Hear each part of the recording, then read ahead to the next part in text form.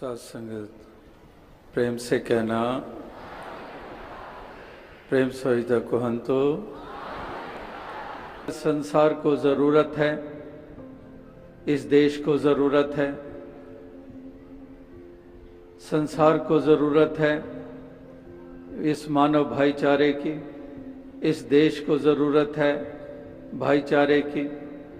इंसान इंसान का वैरी क्यों रहे, इंसान इंसान के साथ दुर्व्यवहार क्यों करे, इंसान इंसान को जाति के लिहाज से नीची दृष्टि से क्यों देखे, इंसान मज़ो मिल्लत की दीवार खड़ी करके हिंसक रास्ते पे क्यों चले।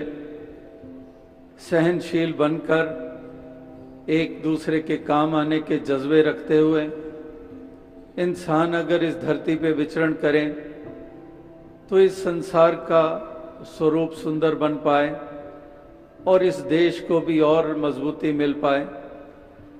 लेकिन जहाँ पर हम संसार के इंसानों की मनोवस्था देखते हैं, इंसान मिलजुल कर चलने को तैयार नहीं है, इंसान संकीर्णताओं में लिप्त है, खुदगर्जियों में लिप्त है, अभिमान में चूर है और इस प्रकार से जाति, मज़हब, संस्कृतियाँ, कल्चर्स, भाषाओं, प्रांतों, मुल्कों के दायरों में बंधा हुआ एक बटा हुआ इंसान बन के रह गया है। जहाँ पर गुरु पीर पैगंबरों ने जुड़ने और जोड़ने की बात कही, जहाँ पर सभी वलियों गुरु पीर पैगंबरों ने हर युग में इंसान को यही पैगाम दिया कि हमने मिलजुल कर इस जीवन के सफ़र को तय करना है, एक पीसफुल कोएग्जिस्टेंस, कि हमने कोएग्जिस्ट करना है at the same time peacefully, not just coexisting. People are coexisting while fighting. We have to coexist peacefully. कि एक शांति के साथ हमने मिलजुल कर इस जीवन के सफर को तय करना है, एक दूसरे की कदर करनी है, एक दूसरे की भावनाओं की, एक दूसरे की ऐसी एक फीलिंग्स की कदर करते हुए हमने इस तरह से अपने आप को ब्लेंड करना है। अनेकता में एकता इसी को ही कहते हैं। अगर एक फूल दूसरे फूल की कदर करना छोड़ दे, कई दफ़ा दास ने मिसाल दी कि फूलों के से सजी हुई क्यारी, किसी गार्डन में हम जाते हैं, बाग में जाते हैं, वहाँ पर क्यारी है, फूलों की क्यारियाँ हैं और एक ही क्यारी में अनेकों प्रकार के फूल नजर आ जाते हैं, लेकिन कभी भी उस क्यारी में एक प्रकार के फूल ने ये नहीं कहा दूसरे प्रकार के फूल को कि तू इस क्यारी से बाहर निकल जा या फिर उसको नष्ट करने में लग जाए। वो एक दूसरे को सहते हैं, एक दूसरे की कदर करते हैं, एक दूसरे की खूबसूरती को एक्नॉलेज करते हैं और इस प्रकार से वो उस क्यारी का सुंदर रूप, बाग का सुंदर रूप बनते हैं। अनेकता में एकता का वो स्वरूप सुंदर बनता है। तो इस तरह से महापुरुष संत जन भी अनेकता में एकता की बात कर रहे हैं। इसी प्रकार से ऐसी एक महक और सुगंध, अलग अलग रूप, अलग अलग ऐसे स्वरूप ये हमें देखने को मिल रहे हैं।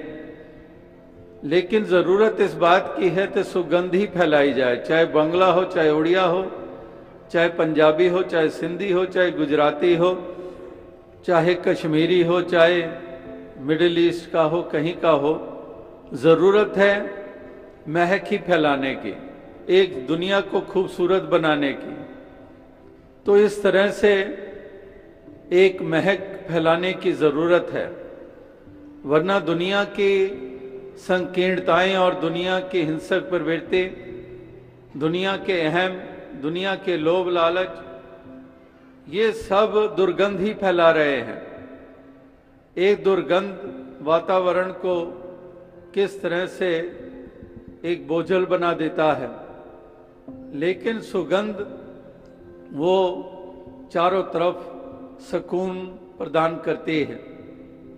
तो ये सुकून प्रदान करने वाली सुगंधी ये इसी सहनशीलता के कारण है, ये प्यार के कारण है, ये मिलवर्तन के कारण है, ये यूनिटी के कारण है। और दुर्गंध है नफरतों के कारण, ईर्ष्या के कारण, लोभ और प्रलोभनों के कारण। ये दुर्गंध ये संसार में बोझल बनाए हुए है वातावरण को। तो इसलिए महापुरुष संत जनों का कथन वो यही है हमेशा से कि हमने ऐसी भावनाओं से युक्त होना है जो भावनाएं हमें भी सुकून दें और औरों को भी सुकून देने वाली बने। इस मन में ऐसे भाव ही स्थापित हों जो भाव उत्तम माने गए हैं संतों, गुरु, पीर, पैगंबरों के द्वारा। मन तो मन है और मन के भाव भी होंगे। अगर मन है तो मन के भाव भी होंगे, अगर दिमाग है तो दिमाग के विचार भी होंगे। तो जहां पर दिमाग के विचार वहां पर मन के भाव, तो दोनों में ही शुद्धता चाहिए। मन के एक दिमाग के विचार भी वो भी कल्याणकारी हों और मन की भावनाएं भी कल्याणकारी हों अपने लिए और औरों के लिए।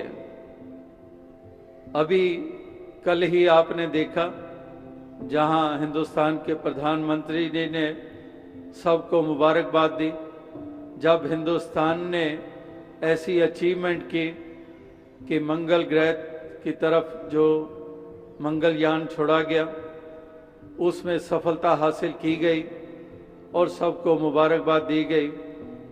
तो ये भी एक पहलू है, एक ऐसा पहलू जो इंसानों के काम आ सकता है, दुनिया के काम आ सकता है, जिसमें हिंदुस्तान में भी ऐसी कामयाबी करके दिखाई।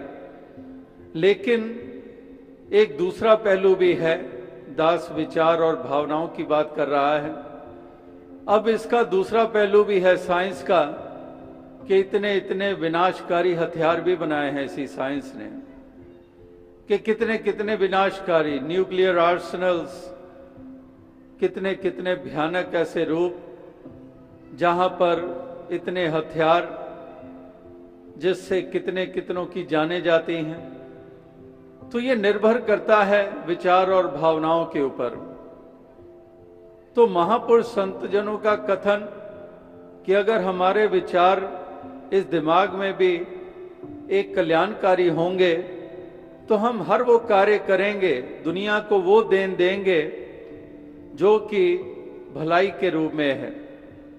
लेकिन अगर इसी दिमाग में कुछ जहर सा भर जाए, इस मन में कोई ऐसी विपरीत भावना प्रवेश कर जाए, एक डोमिनेट करने की भावना बन जाए, तो फिर ये विचार ऐसे आएंगे, योजनाएं ऐसी बनेंगी जिसके कारण इंसानियत का ही नुकसान होगा और इस मन की भावनाएं भी विषैली हो जाएंगी। तो इसलिए दोनों की शुद्धता की जरूरत के ऊपर महापुरुषों ने ये जोर दिया है कि विचार भी पावन हो और मन में भाव भी प्रेम करुणा वाले हों, दया वाले हों, मिलवर्तन वाले हों। कहीं पर भी एक विषैलापन ना हो, एक जहर ना हो, विषैला ना हो। जहर हम जानते हैं, एक तरफ जहर और एक तरफ अमृत हुआ करता है। जहर जान ले लेता है और अमृत प्राण दे देता है। तो हमने अमृत का रूप बनना है, ना कि जहर का रूप बनना है, एक अमृत का रूप। लेकिन संसार की हालत हम देखते हैं कि कितना विषैलापन है। और मिसाल महापुरुष देते हैं, एक जब सज्जन प्रवृत्ति और भक्त प्रवृत्ति की तुलना जब साकत प्रवृत्ति और एक मनमत वाली प्रवृत्ति से की जाती है, तो उसमें इस कदर एक मिसाल देकर एक ऐसा एक रूप सामने रखा जाता है, अवस्था का जिक्र किया जाता है कि एक गाय होती है। गाय को सूखा घास भी दे तब भी वो अमृत जैसा दूध देती है। लेकिन अगर सांप को अमृत जैसा दूध भी दें फिर भी वो जहर देता है। दोनों में कितना अंतर है। एक को सूखी घास मिली, यानी कि दुनियावी दृष्टि से देखें कि वो रूप इंसान का जिसको मजबूरियां भी हैं, दुनियावी बहुत ऐसी सामर्थ्य भी नहीं है, लेकिन फिर भी वो डस नहीं रहा है, वो जहर नहीं दे रहा है। वो चाहे कुटिया में रहता है, झोंपड़ी में रहता है, लेकिन वो जहर नहीं दे रहा है, वो अमृत देता है, प्यार देता है। और दूसरी तरफ दुनिया की अवस्था का जिक्र किया है कि इंसान को चाहे सुंदर दातें भी प्राप्त हो जाएं, लेकिन फिर भी वो डसता ही रहता है, वो जहर ही बांटता रहता है। इस प्रकार से दोनों में कितना बड़ा अंतर है। तो इसलिए महापुरुषों ने हर इंसान और हर मानव को यही एक प्रेरणाएं दी हैं कि हे इंसान, तुम भी विचार करो, तुम भी सोचो कि तुम किस कतार पे खड़े हो, तुम किस रास्ते पे चल रहे हो, तुम्हारी कौन सी एक अवस्था है, तुम्हारी दृष्टि कैसी है, तुम्हारे जीवन की चाल कैसी है। ये अपने ऊपर विचार करो, अपने आप का मूल्यांकन करो, अपने आप का एनालिसिस करो। जैसे कि आईने के सामने खड़े होकर अपने चेहरे के बालों को, वस्त्रों को देखते हो और थोड़ा सा भी वहीं पर कुछ कमी पेशी हो, उसको दूर करने में एकदम से, अगर बाल बिखरे हैं एकदम से हाथ सर पे चला जाएगा, जो बाल बिखरे हुए हैं उनको समेट लेते हो। अगर चेहरे के ऊपर थोड़ा सा भी दाग लगा है उसको पोंछ लेते हो।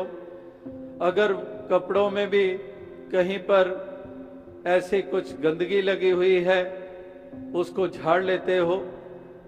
तो जैसे आईने को देखकर अपने आप को संवार लेते हो, इसी प्रकार से ये अंतर मन में झांकना और अपनी अवस्था को देखकर इसको फिर सुंदर रूप देना। जैसे उस आईने को देखा साथ ही हाथ चला गया, किसी को कहने की जरूरत नहीं पड़ी, अपनी ही आंखों ने अपना ही रूप देख लिया आईने के द्वारा और सीधा ही हाथ उस तरफ चल निकला उस दाग को मिटाने के लिए और उस बिखरे हुए बालों को संवारने के लिए। इसी प्रकार से जब हम अपने अंतर झांकते हैं तो फिर हमें पता चलता है कि हम कहाँ खड़े हैं, हमारा क्या विचार चल रहा है, हमारी भावनाएं क्या ऐसी हैं, और उन्हीं भावनाओं के अंतर्गत हमारे कदमों ने बढ़ना है।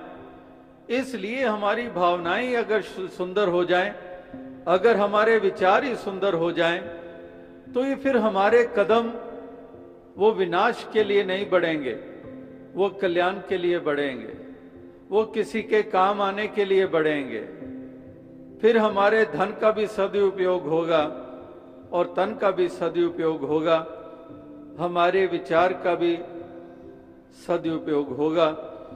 तो इसलिए ऐसे सदुपयोग के लिए ही महापुरुषों ने इन तमाम तन मन धन की जो दातें दातार ने दी हैं, इनकी महत्ता जानी है, मानी है। अगर सदुपयोग नहीं है तो फिर ये तन भी बेमाने है, इसका भी कोई मोल नहीं है। वैसे तो एक संत और भक्त के शरीर के बारे में भी हम कहते हैं कि 5 तत्व का पुतला है, ये खाक का पुतला है। जैसे महापुरुषों ने कहा है कि खाकी खाक स्यों रल जाना, तू कदे ताहों से आना। कि एक पंजाबी में सूफी संतों ने कहा कि खाकी खाक स्यों रल जाना, तू कदे ताहों से आना।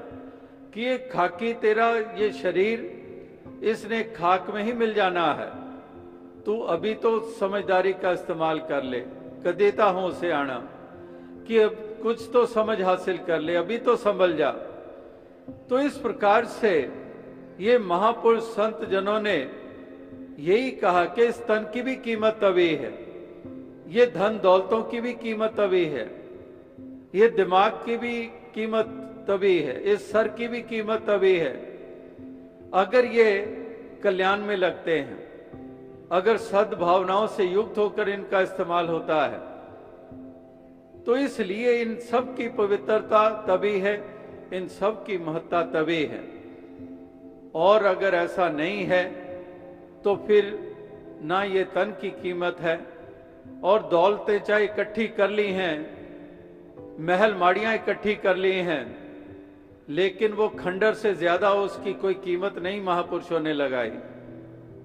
कि कहने को कह रहा है कि ये मेरे बड़े आलीशान महल हैं, लेकिन तेरी भावनाएं उत्तम नहीं है, तेरी सोच उत्तम नहीं है, तेरा जीवन उत्तम नहीं है, दूसरों के रास्ते में कांटे बिछाने में ये लगा हुआ है, तो फिर वो तेरा महल महल नहीं है, वो खंडर से भी बदतर उसकी अवस्था है, उसका दर्जा है, वो कोई महल नहीं है। तो इस प्रकार से ये महापुरुषों ने कितनी परिभाषाएं ये बताई हैं कि महत्ता किसकी है, अमीरी कौन सी है, इंसानियत किसको कहते हैं, धर्म सच्चा कौन सा है।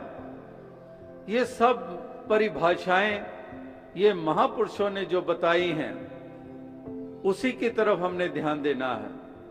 हमारे पास परिभाषाएं हैं वो संसार वाली हैं, वो अज्ञानता वालों वाली हमारे पास परिभाषाएं हैं, पैमाने हमारे पास वही हैं, नापदंड वही हैं। लेकिन जो संतों के पैमाने हैं, जो गुरु पीर पैगंबरों की परिभाषाएं दी गई हैं इन सब चीजों के प्रति, वो कुछ और हैं, और उसी से नबेड़े होते हैं, उसी से ही कल्याण होता है। वो परिभाषा ही ठीक बैठती है इस जीवन को और संसार को संवारने के लिए। उसके ऊपर जो खरा उतर जाता है, उसके ऊपर जो पूरा उतर जाता है, वो वास्तविकता में उसका दर्जा वो बहुत ऊंचा हुआ करता है। तो ये एक इंसानों को संदेश और पैगाम ये दिया जा रहा है कि इंसान ऐसे एक जीवन को प्राप्त किए हुए हैं, ऐसे उत्तम जन्म को प्राप्त किए हुए हैं, तो इनका कर्म भी ऊंचा हो, इनकी चाल भी ऊंची हो, ये जानवरों से भी बदतर हालत वाले ना बन जाएं, ये जानवरों से भी नीची अवस्था वाले ना बन जाएं, ऐसे खूंखार ना बन जाएं जैसे कि बने हुए हैं। जैसे एक अंग्रेजी की पंक्ति चंद दफा दास ने दोहराई, लिखने वाले ने लिखा कि the more I see of man the more I admire the dog, कि जितना मैं इंसान को देखता हूं उतना ज्यादा कुत्ते के लिए मेरी कदर और बढ़ जाती है। कि वहां कुत्ते में कहीं वफादारी तो है, यहाँ इंसान का कैसी गिरावट है कि किस कदर वफादारी इसमें नजर नहीं आती है। ये तो कोई इसको रहने के लिए ठिकाना भी दे दे, उसको ही घर से बाहर निकाल देगा। एक वो पंक्ति दास ने कई दफा दोहराई कि एक कहावत मशहूर है, नेकी कर और कुएं में डाल, नेकी कर और कुएं में डाल। इसका भाव है कि किसी पे एहसान कर लेकिन उसको जता नहीं, नेकी कर और कुएं में डाल, ये कहावत है। लेकिन आज इंसानों की गिरावट इस प्रकार से दर्शाई जाती है कि नेकी करने वाले को कुएं में डाल, कि जो तेरे साथ भला कर रहा है उसी को कुएं में डाल दे, जो तुझे कुएं से डूबने से बचाकर बाहर निकाल रहा है उसी को ही कुएं में धकेल दे। ये आज संसार की गिरावट है, आज ये इंसानों की गिरावट है। थोड़े से सिक्कों के लिए, थोड़े से पैसों के लिए, थोड़ी सी शोहरत के लिए, थोड़ी सी जायदाद के लिए, थोड़ी सी ताकत के लिए इंसान किस कदर एक गिरावट की मिसाल देता है कि एक कुत्ता भी इससे बेहतर हो जाता है, कि ये कितना बेकदरा हो गया है, कितना एहसान फरामोश हो गया है कि इंसान एक ऐसी गिरावट की अवस्था में ये आ चुका है। तो महापुरुष संत जनों ने जोर इस बात के ऊपर लगाया कि इंसानी जन्म मिला है, उत्तम जन्म मिला है, तो हमने कर्म भी ऊंचे करने हैं, हमने चाल भी उत्तम चलनी है। और हमने प्यार से जीना है, करुणा से जीना है, दया के भाव से युक्त रहना है, कठोरता और कटुरता को तजना है, और हमने एक सुंदर रूप बनकर इस धरती को सजाना है, इस धरती को हमने संवारना है। तो ये जो बयान दिए गए हैं ये हर इंसान के ऊपर लागू होते हैं। संसार की भलाई के लिए, संसार के उद्धार के लिए ये महापुरुषों के कथन ये दर्शाते हैं कि हमने किस रास्ते पे चलना है, किस मार्ग पर चलना है।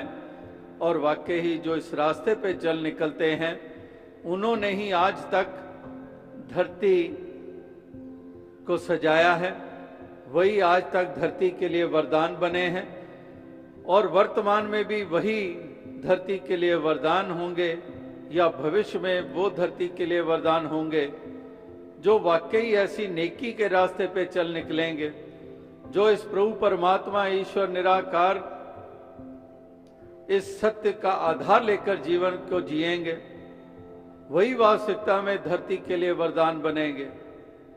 और इससे हटकर फिर सभी अभिशाप ही बनते हैं, इस धरती के लिए कलंकित करते हैं तमाम मानव जाति को।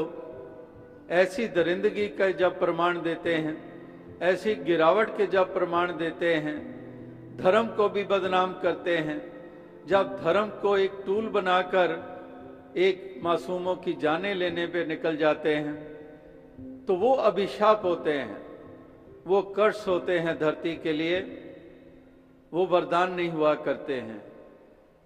तो एक वरदान बनना है हर किसी ने इस धरती के लिए, तमाम मानव जाति के लिए, और सच्चे धर्म का रूप बनने के लिए, और इंसानी जाति का रुतबा ऊंचा करने के लिए वाकई ऐसी भावनाओं से युक्त होकर ये जीवन की चाल चलना ये बहुत ज़रूरी है।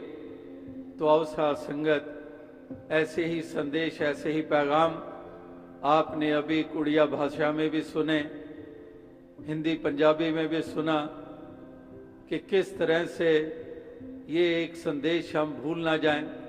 ये पाठ जो वलियों, गुरु, पीर, पैगंबरों ने हर युग में पढ़ाया, जिस पाठ को इंसान भूल चुका है ये पुनः याद करे इस पाठ को, और फिर ये भी अपने जीवन के म्यार को ये ऊंचा करता चला जाए।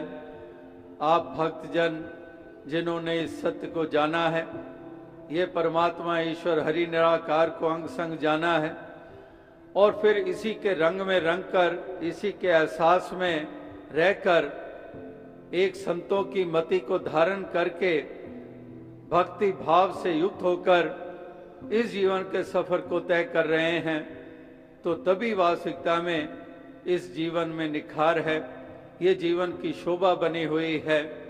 अभी भी आप भक्ति के रंग में रंगे हुए किस कदर नाच रहे थे, गा रहे थे, भक्ति का दान मांग रहे थे।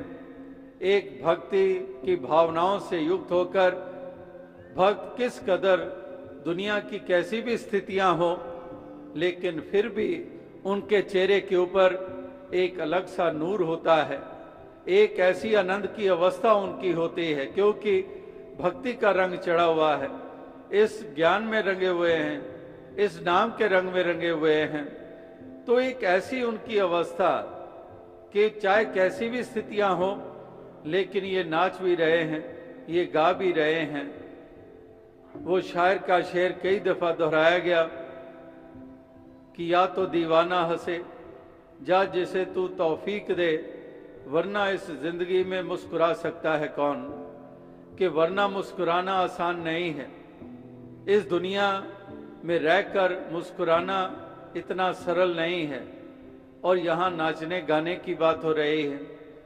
तो ये जैसे कहा है कि या तो दीवाना हंसे, ये आपकी दीवानगी है, ये आपका एक ऐसा मस्ती में चूर होना, इस भक्ति के रंग में रंगा होना। तो ये एक दीवानापन, और या जिसे तू तौफीक दे, ये तौफीक भी तूने देनी है और देता है, ये तौफीक और सामर्थ्य भी तू देता है, ये दीवानगी भी तेरे कारण ही है। जैसे कबीर जी ने कहा कि लोग कहें कबीर बौराना, कबीर का मर्म राम पहचाना। कि लोग कहते हैं कबीर बावरा है, लेकिन ये बावरापन क्या है ये राम ही जानता है। ये दुनिया नहीं जान सकती है, ये संसार नहीं जान सकता है। कबीर का मर्म राम पहचाना, ये मर्म राम ही जानता है। ये बावरापन क्या है ये राम ही जानता है। और किस लिए है ये बावरापन, किसके प्रति है, ये वही जानता है। ये दुनिया नहीं जान सकते है। तो इसलिए आप भक्तजन भी इस भक्ति के रंग में रंगे हुए अपने इस जीवन को सहजता के साथ इस जीवन की यात्रा को तय कर रहे हैं, जहां पर एक सहज अवस्था में रहकर ऐसे दिव्य गुणों से युक्त होकर इस जीवन के सफर को तय कर रहे हैं। और दातार शक्ति दे, सामर्थ्य दे, ऐसी ही भावनाओं से युक्त होकर प्यार के साथ, निम्रता के साथ इस जीवन के सफर को तय करते चले जाएं। अहम और अभिमान, घृणा और नफरत, ये तो पहले ही दुनिया में बड़ा सामान है इसका भरा हुआ। तो हमने प्यार के रास्ते पे चलना है। हमने एक निम्रता पूर्वक इस जीवन के सफर को तय करना है। दुनिया में दूसरों को नीचा दिखाया जाता है, नीचा माना जाता है, लेकिन भक्तजन अपने आप को नीचा मानते हैं, अपने आप को दास मानते हैं, अपने आप को विनम्र करते हैं। आपस को जो जाने नीचा, सही गनिए सबसे ऊंचा। कि जो अपने आप को नीचा मानता है वही सबसे ऊंचा हुआ करता है। और गुरु पीर पैगंबर भक्तजन तभी ऊंचे हुए, चाहे वो पंच सखा हो, चाहे वो तुकाराम जी हो, चाहे कबीर जी हो, चाहे नामदेव जी हो, चाहे मीराबाई हो जिनका भजन आपने सुना। इस तरह से तमाम जो ऊंचाइयां जिनको हासिल हुई सही मायनों में, वो वही थे जिन्होंने विनम्रता को धारण किया। आपस को जो जाने नीचा, सही गनिए सबसे ऊंचा। जो अपने आप को निमाणा मानता है वही सबसे ऊंचा हुआ करता है। तो इस तरह से एक विनम्रता से युक्त होते हैं भक्त। वो दूसरे को नीचा क्यों कर दिखाएंगे जब अपने में अभिमान ही नहीं है। अभिमान में जो चूर होते हैं वही दूसरों को नीचा दिखाते हैं। और वो भी एक मिसालें कई दफा दास ने दी कि किस तरह से एक इंसान जा रहा था और उसकी पत्नी साथ जा रही थी, और पत्नी कहने लगी पति की तरफ देखकर कि कैसे कपड़े पहन रखे हैं, मदारी लग रहे हो। और आगे से पति कहता है कि मदारी तो लगूंगा ही, क्योंकि तू बंदरिया मेरे साथ चल रही है। तो इस तरह से दोनों ही लगे हुए हैं एक दूसरे को नीचा दिखाने में। तो ये संसार की हालत है, जाति के लिहाज से एक दूसरे को नीचा दिखाना, मजहब धर्म के लिहाज से एक दूसरे को नीचा दिखाना। संस्कृति मेरी ऊंची है, तेरी नीची है, मेरे पहरावे ऊंचे, तेरे नीचे हैं, मेरी भाषा ऊंची, तेरी नीची है, मेरा प्रांत ऊंचा, तेरा नीचा है। तो इस दौड़ में ही लगे रहते हैं, एक दूसरे को नीचा ही दिखाते रहते हैं। लेकिन महापुरुष भक्तजन विनम्रता के कारण ये दूसरे को नीचा नहीं दिखाते हैं, ये अपने आप को ही निमाणा बना लेते हैं। और जो अपने आप को जिसने पहले ही निमाणा बनाया हुआ है उसको नीचे कौन गिरा सकता है। जो पहले ही निमाणा बना हुआ है उसको कौन नीचे गिरा सकता है। एक अंग्रेजी की कहावत याद आती है कि those who sleep on the floor do not fall from their beds। कि जो जमीन के ऊपर लेटते हैं वो पलंग से गिर ही नहीं सकते हैं। जो पलंग पर हैं वो तो गिर के जमीन पे गिर सकते हैं और चोट लग सकती है, लेकिन जो पहले ही जमीन पे लेटा हुआ है वो क्या गिरेगा, उसको कौन सी चोट लगेगी। तो इस तरह से जो पहले ही हम्बल है, जो पहले ही विनम्र हैं, उनको कौन गिरा सकता है, कोई नहीं गिरा सकता है। इसलिए कोई नहीं गिरा सका भक्तों को, कोई नहीं उनको नीचा कर सका। नीचे तो वो हुए चाहे राजा व सम्राट हो, चाहे बलशाली हो, मायावी शक्तियां वाले हों, बड़े बड़े हुए, लेकिन गिरना उन्हीं के हिस्से में आया, रावण के हिस्से में गिरना आया। तो हनुमान जी के हिस्से में गिरना नहीं आया, क्योंकि वो विनम्र हैं। उनके पास भी शक्तियां हैं, वो भी अभिमान कर सकते थे, लेकिन अभिमान नहीं किया, अपने आप को दास माना और राम जी को ही महत्ता दी। तो इस तरह से अनेकों अनेकों इतिहास या धर्म ग्रंथों में ऐसी ऐसी मिसालें हैं जो हमें सिखाती हैं कि हमने किस तरफ बढ़ना है, हमने कौन सी अवस्था में आना है। तो आओ साथ संगत, दास यही अरदास करेगा कि दातार ऐसी कृपा करे, ऐसी दया करे कि सब के हिस्से में ऐसी अवस्था आए, हर कोई सही मायनों में भक्ति के रंग में रंगा हो, हर कोई अपने मालिक की पहचान करे और हर कोई अपने असली रूप में स्थित हो जाए और हर कोई इस तरह से विनम्रता पूर्वक इस जीवन के सफर को तय करता चला जाए। यही एक शुभ कामना, यही अरदास, यही प्रार्थना के साथ दास आपसे इजाजत चाहेगा, क्योंकि समय भी काफी आगे बढ़ चुका है और आप सभी के दर्शन करके बहुत खुशी हुई, बहुत आनंद प्राप्त हुआ। और जैसे दास ने कहा कि ऐसा सुंदर नज़ारा अभी आपने यहाँ पर स्थापित किया, किस कदर एक अद्भुत सा नज़ारा जो लाखों करोड़ों रुपए लगाकर भी ऐसी खुशी हासिल नहीं हो सकती जैसे कि आप सभी ने ये खुशी बांटी भी है और खुशी प्राप्त भी की है। तो इस तरह से ये निरोल भक्ति के कारण है। आप गीत बोलते हैं, हाय रे के मंत्र कोला, के ये मंत्र कौन सा है? ये मंत्र